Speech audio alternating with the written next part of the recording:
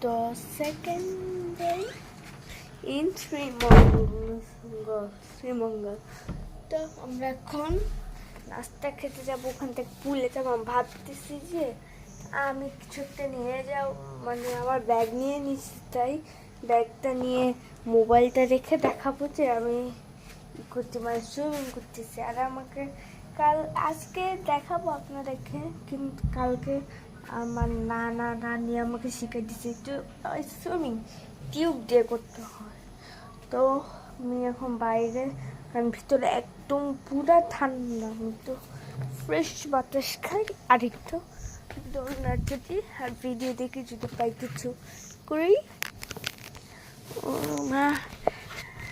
Part কত part 7 I think so, 7 তাহলে দেখাচ্ছে।